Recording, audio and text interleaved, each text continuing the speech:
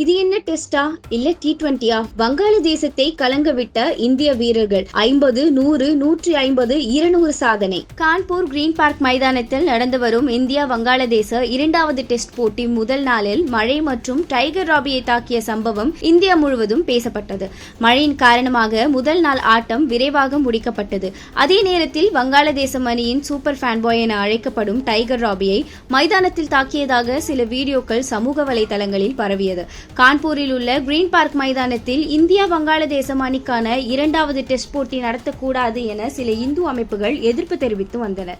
காரணம், வங்காளதேசத்தில் உள்நாட்டு கலவரங்களால் அங்குள்ள இந்து கோவில்களை இடித்தது, இந்து மக்களை துன்புறுத்தியது என பல பிரச்சினைகள் இந்து மதத்துக்கு எதிராக நடத்தப்பட்டது. இதற்காக வங்காளதேசம் அணியை கான்பூர் கிரீன் பார்க் மைதானத்தில் விளையாட எதிர்ப்பு தெரிவித்தனர்.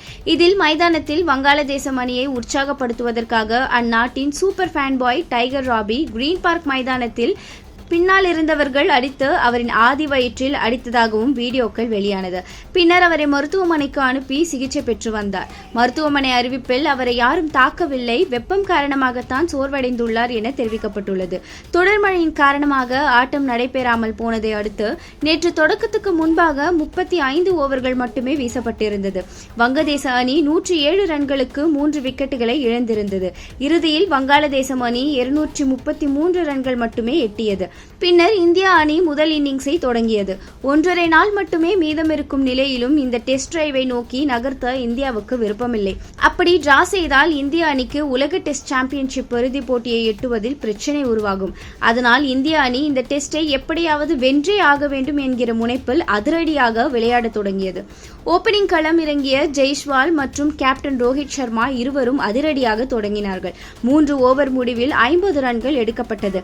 பின்னர் 10.1வது ஓவரில் 103 ரன்களையும் 18.2வது ஓவரில் 151 ரன்களையும் 24.1வது ஓவரில் 201 ரன்களையும் 31வது ஓவரில் 250 என டெஸ்ட் வரலாற்றில் சாதனை படைத்துள்ளது இந்திய அணி.